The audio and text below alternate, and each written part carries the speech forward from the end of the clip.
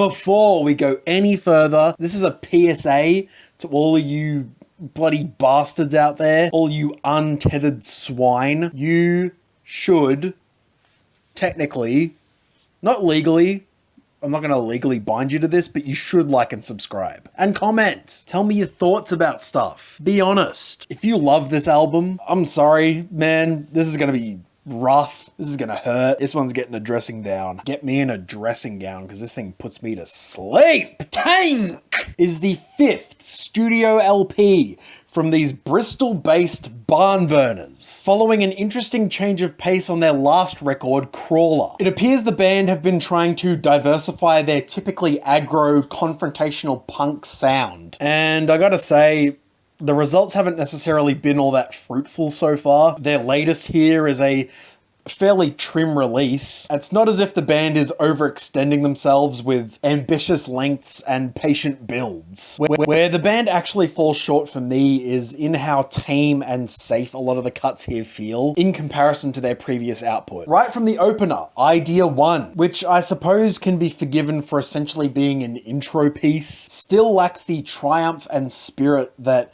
has often begun IDLES albums in the past. The track kind of hangs in this weird liminal space of always feeling like it's getting started, though it never actually gets there. Pop Pop Pop also similarly refuses to actually go anywhere compelling.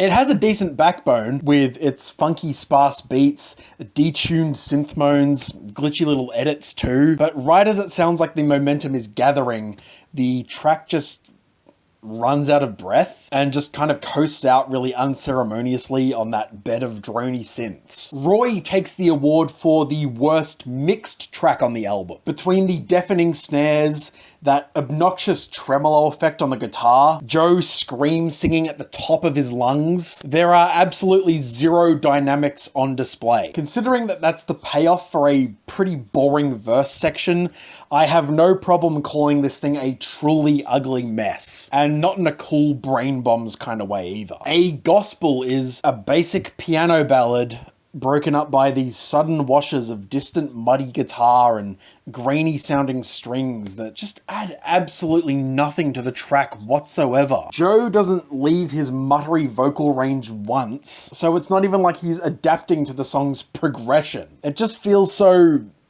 aimless, to me at least. Grace as a lead single to this thing was somewhat enlightening because it actually did foreshadow what was to be delivered down the line. It's another flabby, softly sung ballad that contains very little in the way of vision or direction. Joe isn't really that compelling of a crooner, and he gets mostly drowned out by the grayscale instrumentation that his voice is haplessly swimming in. Now that I've gotten my major gripes out of the way, I would like to point you in the direction of a few highlights that I could glean from this project. Gift Horse was by far my favorite lead single in this album's lead up. It's a classic, grimy, noisy IDLES cut with a dash of snarling attitude. That rhythmic repetition of words in the pre-chorus gets stuck in my head so easily. And then the propulsive chorus, packed with wailing, searing guitar noise and Joe's proclamations of "Look at it go!"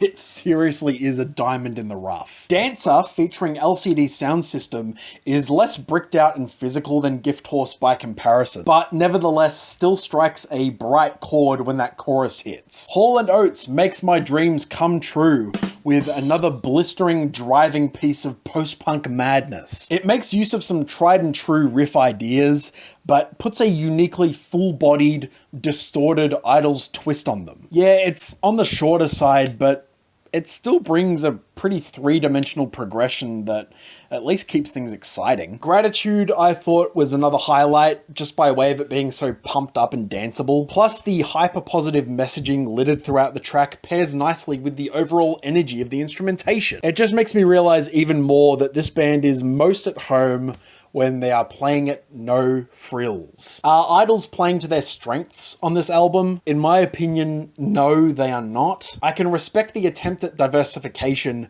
but the buck stops at the execution for me. They either seem unsure of how far to take some of these ideas, or they go so far off the rails with an idea that it just becomes insufferable to listen to. Save for a few moments of respite, this thing is a disorganized disappointment that lacks the fire in the gut that this band once possessed. They go in the way of Arctic Monkeys at this rate. A band that mistakes drabness for maturity. I'm giving this thing a 5.0 out of 10. That will be all. I love Brutalism. I love Joy. I even loved Ultra Mono. I thought that one was packed full of bangers. Yeah, it was a slight deviation, but they still kept that righteous energy that they fucking thrive on. These last couple of albums have just been... Who gives a flying shit about these boring ass, lame ass deep cuts that this band just insists on littering their albums with nowadays? Go back to being loud and angry and aggressive and blah. It's way better. That is where the band is most comfortable. Can't they see that? Oh well, that's it from me. Like and subscribe, like I said at the beginning. And if you're mad, well, so am I, because this album was underwhelming. Tell me if you liked it or not. If you didn't like it, can we be roommates? Scatterbrained, I haven't eaten anything today. So that's what I'm gonna do now. Get out of my house.